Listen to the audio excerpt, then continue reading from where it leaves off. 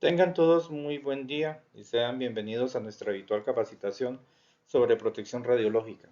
Es para nosotros motivo de satisfacción para asegurar y dosimetría personal la acogida que ha tenido este programa y esperamos poder seguir contando con ustedes durante mucho tiempo más. Hoy vamos a hablar sobre las barreras, elementos y equipos de protección radiológica. A veces cuando uno piensa en protección radiológica, pues son muchas las cosas que se le vienen a uno en mente. Y uno piensa que protección radiológica es simplemente tener delantales plomados o tener eh, protectores de tiroides, dosímetros y ya. O que protección radiológica es tener paredes blindadas, paredes plomadas específicamente. Si le vamos a usar un vidrio, que el vidrio es un vidrio plomado. En fin, casi siempre estamos pensando de protección radiológica, estamos asociándolo. Que todos los blindajes, incluso los personales, son de plomo. Incluso el vidrio tiene que ser de plomo o tiene que estar plomado. Pero asociamos la protección radiológica al excesivo uso del plomo y en algunas ocasiones algunos piensan que protección radiológica es simplemente usar dosimetría y elementos de protección. Protección radiológica pues es mucho, es una ciencia muy grande. Y hoy en la clase, en esta clase, vamos a ver la diferencia que hay entre qué es una barrera de protección, un elemento de protección y un equipo de protección radiológica. Recordemos que la protección radiológica es una ciencia que se encarga de estudiar, y es una ciencia multidisciplinaria que estudia los efectos de la protección radiológica en el tejido, especialmente en el ser humano, y de qué manera se pueden tomar medidas para poder mitigar esos daños o para poder proteger al individuo de los daños producidos por la radiación ionizante. Entonces, estos ítems que tenemos aquí, una barrera, un elemento, un equipo de protección, va encaminado en ese sentido a salvaguardar la vida, la salud de aquellas personas que trabajan con radiación ionizante y que se ven expuestas a ellas de alguna u otra manera.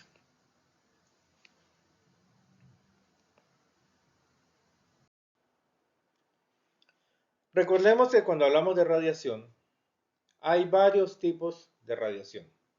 Partículas alfa, partículas beta, rayos X, rayos gamma y neutrones. Todas ellas tienen particularidades muy propias, muy características. Por ejemplo, las partículas alfa, recuerden que están compuestas por 2 protones y 2 neutrones. Es bastante másica, cuando digo bastante másica es porque es una partícula que podemos decir, comparada con las demás formas de radiación, que son unas partículas pesadas, pues tiene 4 nucleones, 4 nucleones que van juntos. El tener esa característica de 4 nucleones, pues, y 2 de ellos son protones, son 2 cargas positivas.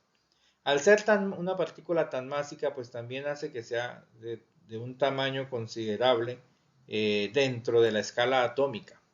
Por lo tanto, la partícula alfa, cuando va a interactuar, o cuando interactúa, cuando existe en la materia, la partícula alfa va a entregar rápidamente energía porque se produce una serie de choques con todos los átomos del medio, con los elementos de la materia, de las estructuras moleculares, por ejemplo, en las redes cristalinas. Entonces va a chocar con electrones o va a arrancar electrones fácilmente. Si se acerca mucho a un núcleo, al núcleo de un átomo, pues va a haber una repulsión columbiana bastante importante, pues son dos partículas alfa, dos partículas positivas, perdón, repeliéndose contra toda la carga positiva del núcleo atómico con el cual está interactuando. Eso la va a desacelerar, la va a frenar y va a hacer que haya también una entrega de energía considerable en el medio con el que esté interactuando. Va a arrancar electrones fácilmente, se van a adherir electrones y van a quedar orbitándola, de tal manera que la partícula alfa se me convierte en un átomo de helio. Va de pronto a enlazarse a un átomo produciéndome una nueva molécula, donde el helio va a ser parte de esa nueva molécula. En fin, son muchas las cosas que van a ocurrir durante ese recorrido, que hace que la partícula alfa rápidamente pierda su energía e interactúe de una manera muy acelerada, cediendo gran cantidad de energía o casi toda la energía a la materia. Por lo tanto, no se puede desplazar mucho en medios materiales con cualquier grado de densidad superior a la del aire, por ejemplo. Tanto así que una lámina de papel, cartón, el papel es suficiente blindaje contra una partícula alfa. Porque al interactuar con los átomos, con la red cristalina que forman el papel, pues las partículas entregan toda su energía allí y no pueden atravesarlo, allí se quedan, allí se quedan. Las partículas beta son más pequeñas que una partícula alfa. Una partícula beta, recuerden que es solamente un electrón. Y un electrón comparado con un átomo es supremamente pequeño. Y el electrón puede viajar dentro de esos átomos. Puede viajar dentro de esos átomos y si tiene la suficiente energía, pues va a viajar dentro de los átomos de la red cristalina del papel y lo puede atravesar hasta encontrar espesores, densidades equivalentes a la del aluminio y allí sí va a poder interactuar porque el aluminio es mucho más pesado que el papel, es mucho más denso que el papel, tiene átomos más pesados que el papel, por lo tanto hay una red electrónica, una nube electrónica muchísimo más grande con la cual va a interactuar y así de esa manera pues va a perder energía. Para algunas partículas beta de baja energía, el plástico es suficiente protección contra ellas, pero el aluminio, una lámina de aluminio no la va a poder atravesar. Así sea el aluminio más pequeñito, lámina de aluminio más pequeñita que tengamos. No la va a atravesar. Primero, va a haber repulsión colombiana con los átomos con los electrones que se encuentran en su recorrido. Repulsión, si es partícula beta menos, hay repulsión colombiana. Por lo tanto, ahí se va frenando. Puede acercarse, se acerca mucho a un núcleo atómico y entonces va a haber atracción colombiana y dependiendo de la velocidad que tenga, simplemente va a haber un desvío de su trayectoria y obviamente va a haber una producción de rayos X allí. O va a caer dentro del átomo, dentro del núcleo atómico, perdón, y por captura electrónica pues va a quedar allí. Va a generarme otra serie, va a desencadenarme otra serie de eventos, pero que no tienen que ver con el tema que estamos ahorita tratando. Si es una partícula beta positiva, al encontrarse con un electrón, va a interactuar con él, se van a aniquilar y se va a transformar en dos fotones gamma, pero no va a continuar su recorrido a la partícula beta, por lo tanto va a dejar de existir. Así que en el aluminio podemos encontrar en él que es suficiente blindaje contra las partículas beta.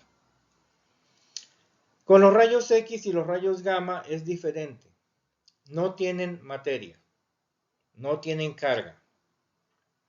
Por lo tanto, ellos pueden atravesar los átomos de una manera muy fácil y cuando se encuentran con un electrón o se encuentran con el núcleo atómico, ceden algo de su energía, pero no la ceden toda instantáneamente, sino que la van cediendo poco a poco.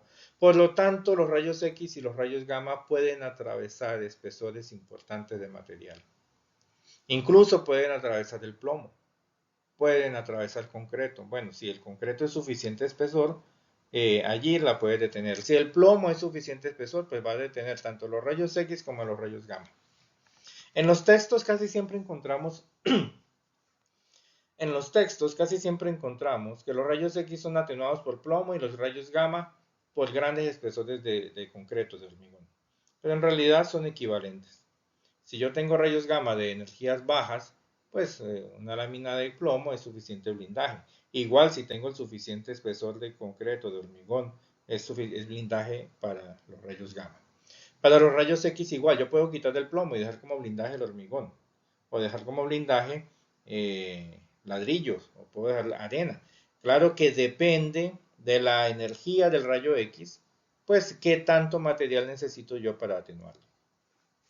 Los neutrones se comportan igual que los rayos X y los rayos gamma, atravesando tejido, ¿cierto? No estoy diciendo que sean igual en cuanto a las propiedades físicas, pero sí pueden atravesar espesores importantes de material, dada la propiedad o la característica de que no tiene carga. Como no tienen carga, los neutrones pueden atravesar un átomo libremente sin sentir atracción o repulsión colombiana, sin interacciones de tipo colombiano. Por lo tanto, pueden hacer un recorrido a través de la materia y pueden atravesarlo. También se necesita un espesor importante de hormigón para detenerlos, o materiales aboratados, materiales que tengan poca densidad electrónica para que los núcleos estén más cerca entre sí, como el agua, por ejemplo, el boro, y puedan ser atenuados. En fin, para cada tipo de radiación, pues hay unas características especiales de blindaje. Estas características o la elección del tipo de blindaje que se va a utilizar depende pues de la radiación que esté incidiendo, depende de la energía de esa radiación y del material que yo vaya a emplear. Nosotros podemos hacer cálculos de blindaje y con ese cálculo de blindaje nosotros podemos atenuar con cualquier material cualquiera de estos tipos de radiación. Obviamente que los espesores van a variar, los espesores del material, los espesores van a variar pues dependiendo del material que utilicemos. Por ejemplo, si yo tengo un rayo X que para atenuarlo necesito 1 milímetro de plomo, yo lo puedo reemplazar por 8 centímetros de concreto. Perdón, por 10 centímetros de concreto, o lo puedo reemplazar por 8 centímetros de ladrillo tolete. ¿Bien? O puedo reemplazarlo por unos cuantos centímetros de acero. En fin, todo eso depende del cálculo del blindaje que tengamos.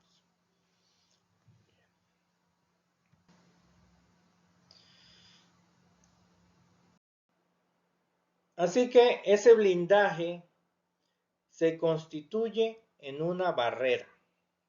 Se constituye en una barrera. Y cuando hablamos de barreras, estamos hablando de algo que vamos a interponer entre la fuente de radiación y el individuo. Es decir, es algo que vamos a utilizar, es una protección que vamos a utilizar en el medio de transmisión de la energía. Entonces, en el medio ambiente, en el medio ponemos pantallas protectoras, barreras protectoras. Es así como diseñamos una pared, es así como diseñamos una puerta, un biombo plomado, considerando que va a detener la radiación y que detrás de esa barrera todo el que se encuentre allí no va a recibir radiación. Ejemplos de ello tenemos aquí, por ejemplo, perdónenme la redundancia. Ejemplo de ello, una sala de mamografía. Yo tengo aquí el mamógrafo de rayos X. El mamógrafo él emite rayos X, aquí está el tubo de rayos X. Y produce radiación que va en todos estos sentidos. Radiación dispersa, claro, la radiación primaria se mantiene aquí, del tubo de rayos X hacia la pantalla, atravesando el tejido mamario. Pero se me produce una radiación dispersa en todas las direcciones en un ángulo sólido de 360 grados. Es una esfera que va creciendo y va a llegar a todos lados, incluso al techo, al piso, a las paredes. ¿Qué función tiene el biombo que está aquí en la consola, que está constituido por un vidrio plomado y una en la parte superior y en la parte inferior pues es una lámina plomada o una lámina de acero? La radiación viene, llega aquí y se queda aquí en el blindaje, no la atraviesa. De tal manera que quien se encuentre detrás de este biombo o detrás del vidrio plomado de mamografía no va a recibir radiación. Entonces la radiación, por ejemplo, viene acá, si pasa por el borde, pues pasa en esta dirección. Pero aquí atrás del vidrio plomado no va a haber radiación. No va a haber radiación. Aquí se me forma una sombra. Mira, si yo miro acá, en proyecto aquí, cuando llega acá, mira todo lo que hay de protección. Lo que hay de protección es todo esto. Bien, porque se me forma una sombra allí. La radiación que viene aquí, pues va a llegar acá. Esto. Pero aquí no hay radiación. Es como si prendemos una lámpara y yo me hago detrás de una puerta o detrás de un biombo, detrás de un espejo de esos que se ponen en el piso en las consolas, pues detrás de él yo no voy a ver la luz. Yo no voy a ver la luz, me va a hacer una sombra. Entonces aquí como barreras tenemos los elementos que conforman el biombo, es decir, el vidrio plomado en la parte superior y abajo pues la lámina de acero o la lámina plomada que se encuentra abajo.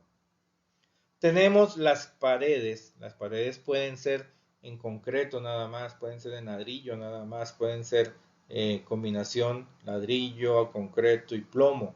Puede ser nada más plomo y una lámina de drywall, plomo y yeso cartón.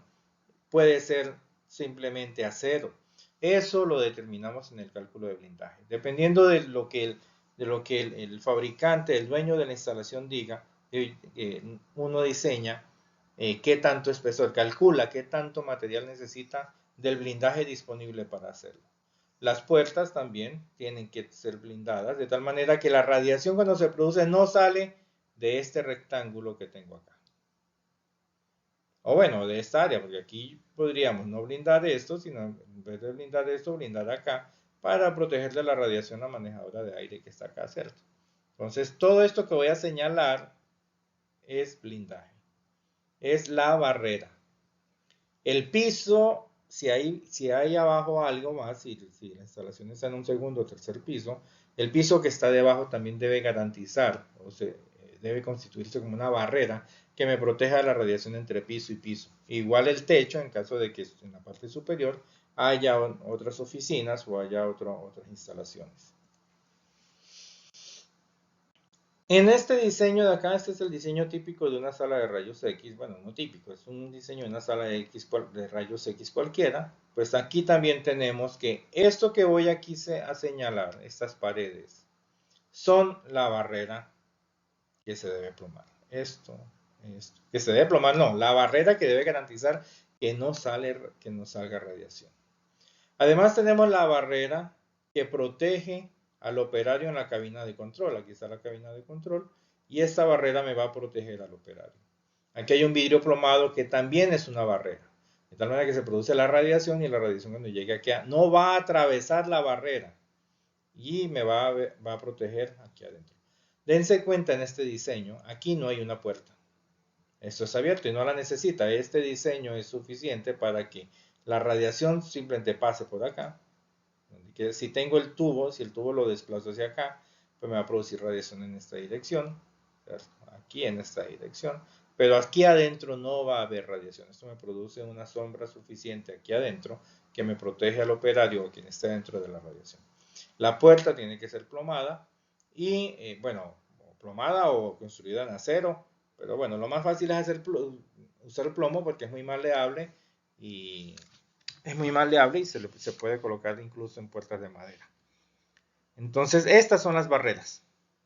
Para proteger al operario, esta es la barrera. En este caso, para proteger al operario, esta es la barrera.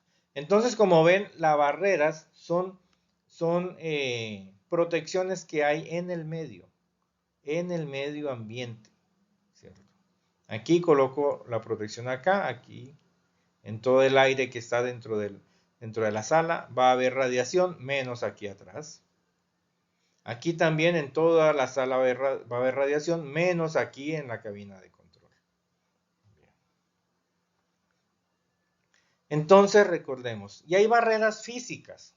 Esto es una barrera física, perdón. Barreras físicas fijas y hay barreras físicas móviles. Porque es que yo puedo colocar una barrera. Esta, por ejemplo, es una barrera móvil. Yo lo puedo mover. En vez de estar aquí, podría tenerlo aquí al frente. En algunos equipos, esto está aquí atrás. Entonces yo la puedo mover. Las paredes son barreras fijas que nadie puede mover. A no ser que demolamos y volvamos a construir.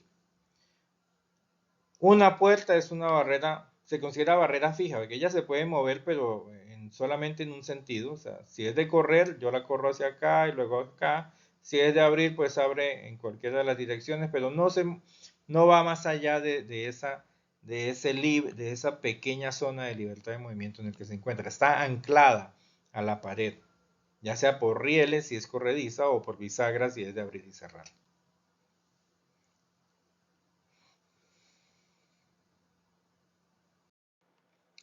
Tenemos otras barreras que podemos considerar barreras móviles. Y esas son los biombos plomados. Recuerden, los biombos plomados, pues los biombos.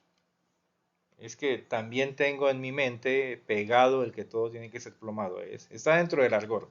Pero que yo diga un biombo plomado no quiere decir que sea plomo. Un biombo puede ser en acero. puede ser en uranio, puede ser en tungsteno, en cualquier material que me atenúe la radiación. Tiene un vidrio plomado, no todos los biombos tienen vidrio plomado, o materiales equivalentes al plomo. Yo puedo simplemente tener materiales que no tengan nada de plomo, pero siempre hacemos referencia a plomado porque como estandarización, cuando uno hace un cálculo es buscando el espesor de plomo que se requiere.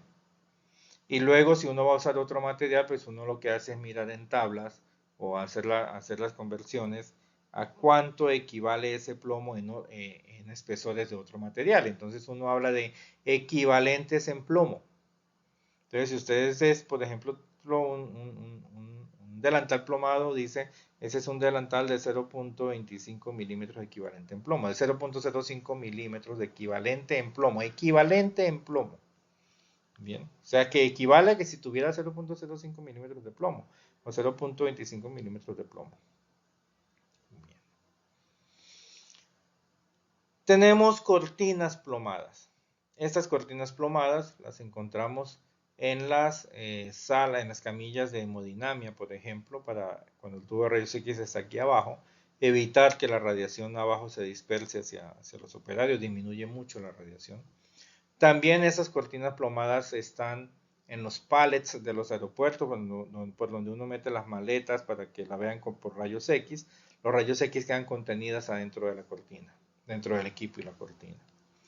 Se pueden utilizar también cortinas plomadas en las UCIs, donde hay materiales muy livianos, muy poco densos en los que se construye, y los pacientes están muy cerca uno de otro. Entonces se puede usar cortinas plomadas. En las UCIs pediátricas, donde no se tienen en sí cubículos como tal, sino que lo que hay es incubadoras unas seguidas de otra a veces. Es muy útil tener cortinas plomadas entre una incubadora y la otra cuando se van a hacer radiografías al bebé, para evitar de pronto la dispersión a los otros. Pero ojo, no quiere decir que lo que estoy diciendo no son especificaciones técnicas que se deben cumplir siempre en todas las instituciones. Eso lo debe definir un oficial de protección radiológica, que esté formado, obviamente, en protección radiológica, que sepa cómo hacer un cálculo de blindaje o determinar si la radiación empleada en un paciente en una sala de UCI puede llegar o alcanzar y es significativa para los pacientes que están cerca. No quiere decir que ahora en todas las salas de UCI vamos a blindar, a poner cortinas plomadas, no. Eso lo determina el oficial de protección radiológica, que esté formado con el criterio adecuado para poder hacer dichas recomendaciones. Si no tiene la formación adecuada, sino que simplemente, como dice la norma, es un profesional con un curso de protección radiológica, pues debe pedir la asesoría de un físico médico o un especialista en protección radiológica para que pueda asesorarlos o guiarles. Este otro tipo de barrera también es móvil, es un mueble que uno puede mover. Tiene pues una estructura en acero. Algunos tienen estructuras en acero con plomo adentro, o sea, con plomo dentro de la estructura. Vidrio plomado, aquí este es útil en medicina nuclear para poder hacer algún tipo de manipulación del radiofármaco o en cualquier otro tipo de procedimiento donde vamos a tener fuentes abiertas o selladas que vayamos a manipular. Por ejemplo, en braquiterapia epiescleral, si vamos a manipular las semillas que vamos a colocar en la epiesclera, pues lo que hacemos es aquí metemos las manos y aquí puede observar el operario, puede acomodar las semillas en la placa que va a colocar detrás del ojo. O en medicina nuclear, simplemente si voy a tomar una dosis de un vial que es bastante grande, pues puedo utilizar esto para poder sacar la dosis y protegerme mientras realizo ese procedimiento. Pero además de las barreras físicas, que ya vimos que hay barreras físicas fijas, barreras físicas móviles, también hay barreras tecnológicas. Y el principio es el mismo. La barrera es hacer una implementación que me impida llegar hasta la fuente o que me impida que la radiación llegue hacia mí. Tipo de esas barreras tecnológicas pues son los instrumentos de identificación biométrica, un sensor de huella o un sensor de claves, ¿cierto? Puedo marcar un código y me deja acceder o simplemente pongo la huella y me deja acceder. Esto es útil para evitar el ingreso no autorizado de personas a las zonas controladas o incluso algunas zonas supervisadas las limitan para evitar el acceso a personal que no es de esa área. En lugar de esto, también se puede utilizar identificadores de retina, identificadores faciales, identificadores de voz, en fin, cualquier tipo de tecnología que impida el acceso a una zona controlada o supervisada, eso es una barrera tecnológica. Y en la legislación, cuando vamos a hacer un licenciamiento, y en ese licenciamiento nos piden hacer una descripción de las barreras móviles y tecnológicas que se tengan, pues lo que hay que hacer es describir eso. Barreras fijas, que tengo paredes, que son en tanto espesor de concreto o ladrillo, o si tienen plomo o no tienen plomo, si tengo puertas que sean plomadas o en acero, o en fin. Si tengo barreras tecnológicas, es decir, que tengo identificador biométrico en tales puntos. Eso es lo que hay que describir en los procesos de licenciamiento cuando nos piden hacer un listado o hacer una declaración de qué tipo de barreras tenemos nosotros. En lugar de poner la huella, hay también sensores o llaves electrónicas. Una tarjetica que la pongo allí y esta tarjetica pues va a activar o va a autorizar el ingreso a la zona. ¿En qué casos es útil este tipo de barreras tecnológicas? Por ejemplo, en procedimientos con isótopos, una sala de braquiterapia, por ejemplo. En medicina nuclear, para evitar el ingreso del personal no autorizado a la radiofarmacia, por ejemplo. Para evitar el ingreso del personal no autorizado a la sala del PET. El ingreso de personal no autorizado a las salas de esperas o a las salas de inyecciones, a la sala de espera de pacientes inyectados. Entonces, allí uno delimita esas zonas y además de delimitarla, pues coloca un control para evitar que cualquier persona que no tenga nada que ver con la instalación entre y se vaya a irradiar. Entonces, para eso existen esas barreras tecnológicas. Otro tipo de barreras tecnológicas, pues es el auge que ha tenido el Internet de las Cosas, la IoT, o simplemente IoT, la IoT, el Internet de las Cosas, que me permite remotamente monitorear todo. Entonces, si alguien va a acceder a una zona, se activa de pronto un tipo de sensor, se activa la cámara, se activa un intercomunicador y yo en mi celular puedo ver qué persona está tratando de ingresar y puedo desde mi celular advertirle, por favor retírese, usted está tratando de ingresar a una zona controlada, por favor, que se aleje, ¿cierto? O puedo preguntarle ahí mismo, ¿usted por qué está queriendo entrar a esa zona si es una zona controlada?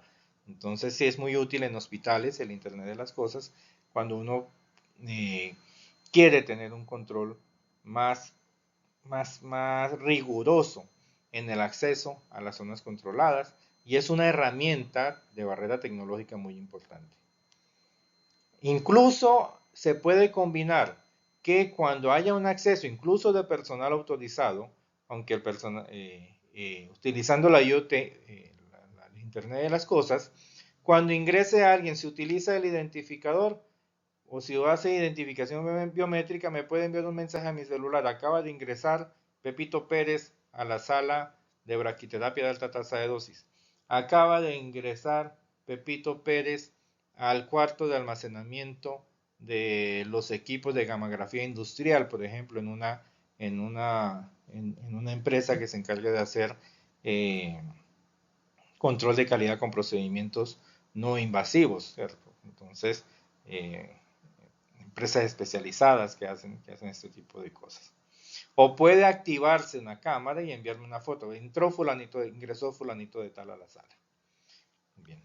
Entonces eso es bastante útil el Internet de las Cosas hoy en día y me permite tener un control de esos accesos a las zonas bastante importantes. Y aquí hay otra barrera tecnológica, pues de todas formas es tecnología, cualquier tipo de herramienta que utilicemos, aunque es de la más viejita, es el uso de llaves, pero uso de llaves combinadas, de llaves de seguridad. Por ejemplo, me acuerdo cuando teníamos unidades de cobalto en el país para hacer radioterapia, dos personas distintas tenían cada uno una llave para poder abrir en las mañanas el búnker o en cualquier momento abrir el búnker donde estaba el equipo, pero esas dos personas tenían que estar presentes y cada uno con su llave la introducía y abría una cerradura específica de ese búnker. Y las llaves además estaban guardadas bajo un sistema de seguridad, con claves, con contraseñas y todo eso. Ese es otro tipo de barrera, que es una combinación entre barreras tecnológicas y barreras físicas. También hay equipos que tienen una llave que sin esa llave el equipo no irradia. Entonces uno puede ponerlo en la posición segura, quita la llave y sin esa llave el equipo no va a irradiar nunca. Entonces también eso es otra barrera. Es otra barrera. Entonces hasta aquí vemos que una barrera es cualquier estructura o construcción física o cualquier dispositivo electrónico o tecnológico que impida que las personas se expongan a radiación ionizante. En las barreras físicas se utilizan para aislar el medio de propagación de la radiación. Las barreras tecnológicas se utilizan para evitar el ingreso de personal no autorizado a las zonas supervisadas o controladas, a las zonas donde hay radiación.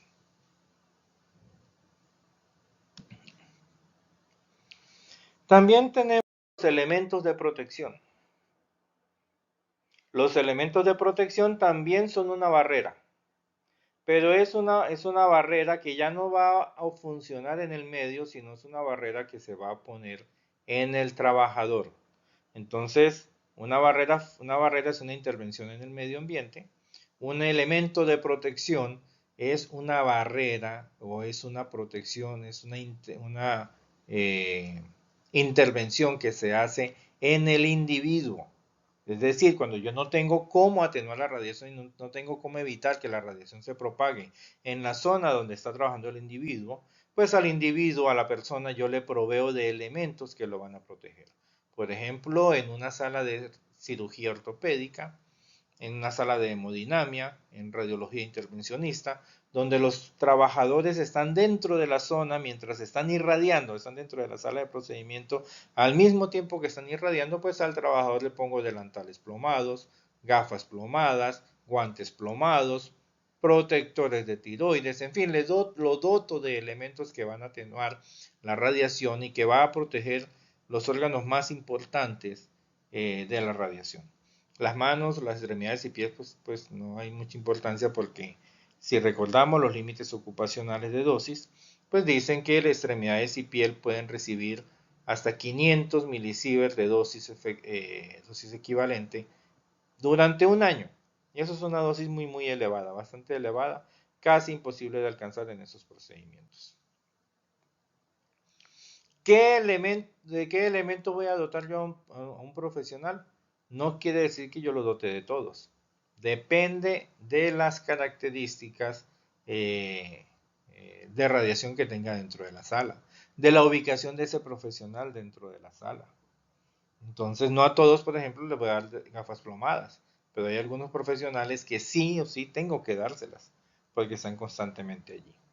Recuerden siempre que quien decide qué elementos de protección se van a implementar, pues son los oficiales de protección radiológica.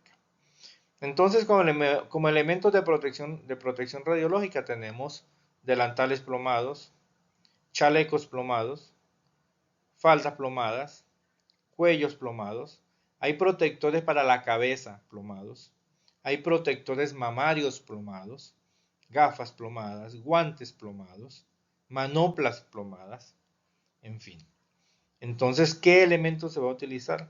Depende de la práctica, de la necesidad de protección dentro de la práctica, y eso lo decide el oficial de protección radiológica. Siempre he dicho plomado. Recuerden al comienzo cuando dije que cuando digo plomado no necesariamente es que tenga plomo, sino equivalente en plomo. De estos elementos de protección hay de diferentes espesores de equivalencia en plomo. Hay delantales plomados de 0.25 milímetros, delantales de 0.5 milímetros, de equivalente en plomo, gafas plomadas con resinas de tantos milímetros equivalente en plomo o vidrios equivalentes en plomo, en fin, depende del material con el que la compre. Mientras más liviano es el material, pues más costoso es. Se pueden tener hoy en día materiales muy livianos que equivalen al mismo equivalente de 0.5 milímetros en plomo, por ejemplo. Muy livianos, no pesan nada y me atenúan de una manera espectacular. Lo mismo con las gafas. Yo puedo conseguir materiales, gafas de plomadas o gafas de equivalentes en plomo, muy livianas, pues comprándola con unos materiales muy especiales que hay en la industria. Claro está que eso también pues tiene un costo bastante elevado. Entonces recordemos y vamos haciendo un repaso. Hay barreras de protección que son las que se ponen en el medio ambiente para evitar que a una zona llegue radiación. O sea, se interpone entre la radiación y la zona donde están las personas. Las barreras de protección tecnológicas evitan que las personas ingresen a las zonas controladas o a las zonas donde hay radiación. Los elementos de protección son los elementos, elementos que deben usar los trabajadores o las personas cuando yo no puedo aislar a las personas de la radiación, sino que tienen que estar dentro de la zona donde hay radiación. Además de las barreras y los elementos de protección, existen los equipos de protección radiológica. Un equipo de protección radiológica no me protege de la radiación. Un equipo de protección radiológica me censa, me mide la radiación, mide si hay radiación en el ambiente o no, o sea, está registrando radiación. Algunos de ellos me muestra qué niveles de radiación hay y me lo muestra en tasa de dosis, me lo muestra en exposición, me lo muestra en unidades especiales como cuentas por minuto, cuentas por segundo, me lo muestra en tasa de dosis equivalente como en milisievert, en microsievert hora, ¿cierto? Dependiendo de la capacidad tecnológica del equipo, él me va mostrando eso. Aquí tengo, por ejemplo, un detector de radiación, una cámara de ionización presurizada, que mide la radiación y me muestra aquí en tasa de dosis equivalente. Bien. Algunos de ellos tienen incluso alarma sonora, cuando recibe radiación suena, pero siempre me va a mostrar que hay radiación en el ambiente. Entonces, si yo veo que hay radiación y decido entrar, esto no me va a proteger de la radiación, pero sí me va a alertar qué tantas radiación estoy recibiendo. Y yo podría monitorear y mirar qué tanta dosis de radiación recibí mientras estuve dentro de una zona. Aunque no es lo ideal utilizar este tipo de dispositivos para eso, este se utiliza más que todo para hacer mediciones ambientales de radiación, para verificar que los blindajes estén completamente adecuados, que no haya fuga a través de esos blindajes, a través de las puertas, de los vidrios plomados.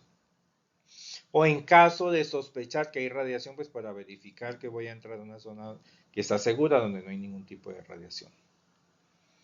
Este que veo acá es un electrómetro al cual yo le puedo conectar cualquiera de estas ondas. Estas son cámaras de ionización, cámaras de dedal, que son de gaseosas también, unas cámaras plano paralelas, que yo las puedo conectar y estas cámaras las puedo meter dentro de las de radiación y me permite medir propiedades de esa de radiación. Me permiten medir la energía de la de radiación, en qué kilovoltaje comprende o qué megavoltaje tiene. Es cierto, me permite medir la dosis que entrega en diferentes profundidades del tejido. Claro, no lo vamos a poner dentro del paciente, pero sí en maniquís de agua, por ejemplo, o en maniquíes antropomórficos, yo lo puedo meter y me va a mostrar qué dosis recibiría una persona a diferentes densidades, a diferentes profundidades, con un haz de rayos X específico. Es muy utilizado para hacer calibración de aceleradores lineales, este tipo de instrumentos. Las de dedal para hacer fotones y las plano-paralelas son muy útiles para hacer controles de calidad de haces de electrones. Aquí otro tipo de detectores, esos también son para radioterapia. Este me mide, con este yo puedo hacer un chequeo diario de la calidad del haz. Es decir, que yo selecciono un campo específico con unas unidades de monitor específicas, o en otras palabras, con un tiempo específico de radiación, para una energía específica y radio, y él me arroja un resultado. Me va a decir, puede ser un resultado relativo, abstracto, por porcentual o ponderado, o me puede mostrar una tasa de dosis. Y si todos los días yo veo la misma tasa de dosis o que se mantenga constante, entonces yo digo, ese equipo está bien. Si en algún momento me da un resultado que se salga de los parámetros que establecí como aceptables, entonces el equipo tiene que ser intervenido. No este equipo, el equipo que produce el rayo X. Este es otro sistema. Yo tengo aquí un electrómetro ya digitalizado completamente, como el anterior, que es un electrómetro análogo, aunque parezca digital, pero le llamamos análogo porque no va a estar conectado a una interfaz computacional. Este sí tengo la cámara de ionización y este electrómetro, bueno, viene aquí al tanque y esto me manda la información a un computador. Entonces, aquí yo puedo irradiar y puedo desplazar esto en este sentido y puedo mirar porcentaje de dosis en profundidad para haces de fotones en un acelerador lineal, por ejemplo. Entonces, recuerden que un equipo de protección no me protege de la radiación en sí, pero sí me muestra qué tanta radiación hay en un ambiente. O simplemente me genera una alarma sonora. Hay equipos de protección radiológica que lo único que hacen es iluminarse cuando hay presencia de radiación. O generar una alarma, un pito, cuando hay presencia de radiación. Y cuando ya no hay radiación, pues sencillamente cesa la alarma. De tal manera, eso sí eso me está indicando, pues ojo, alerta, tenga cuidado porque allá adentro están irradiando. Dentro de los equipos de protección, también tengo los dosímetros. Los dosímetros personales son un equipo de protección radiológica. Son un instrumento que no me va a proteger de la radiación. El hecho de que yo porte un dosímetro a las 8 horas de trabajo dentro de la clínica no quiere decir que me esté protegiendo de la radiación, sino que está siendo testigo de cuánta radiación estoy recibiendo yo en ese trabajo. Por lo tanto, los dosímetros pues tienen un papel muy importante y por eso hay que cuidarlo bastante. Tenemos dosímetros de lectura directa como el que tengo acá, que es gaseoso y tiene aquí un capilar.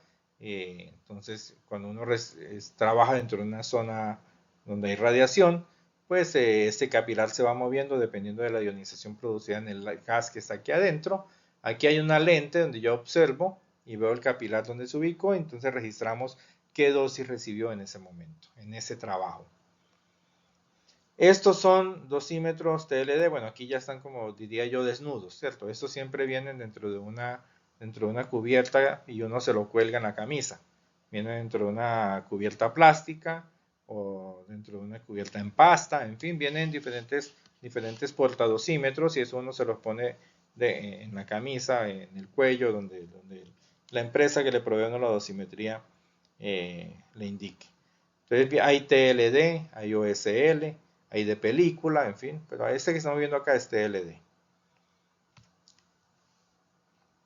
Son los proveídos por nuestra empresa Dosimetría Personal.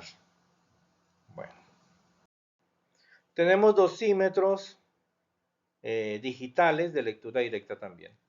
Este dosímetro, pues, a diferencia de este que es análogo, este es completamente digital, tiene memoria, me guarda en la memoria qué dosis recibí durante el tiempo que permanecí dentro de la sala de cirugía o hemodinamia o dentro de la sala, dentro del almacén de fuentes Bueno, cuando estoy dentro de la zona donde hay radiación. Puedo colocarle una alarma que si me paso de tantos microsievert hora me alerte para así de esa manera llevar un control más adecuado. En fin. Entonces, el propósito de esta charla es simplemente hacer una aclaración y que ustedes puedan ver cuál es la diferencia entre cada una de estos elementos de protección que tenemos. Para finalizar, recordemos, una barrera es una construcción, es una pantalla, es un elemento que va a aislar la radiación en el medio ambiente, en el medio de propagación. Es decir, me separa las zonas. Yo establezco una zona donde hay radiación y una zona donde no va a haber radiación porque la radiación es atenuada completamente por la barrera. Eso es una barrera física, que pueden ser fijas o móviles. Fijas, pues las paredes, las puertas, móviles como los biombos plomados, las cortinas plomadas. Barreras tecnológicas impiden que las personas no autorizadas ingresen a una zona controlada o a una zona supervisada.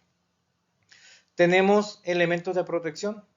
Los elementos también son, podríamos decir, que una especie de barrera, pero esas se utilizan es en el individuo y no en el medio de propagación.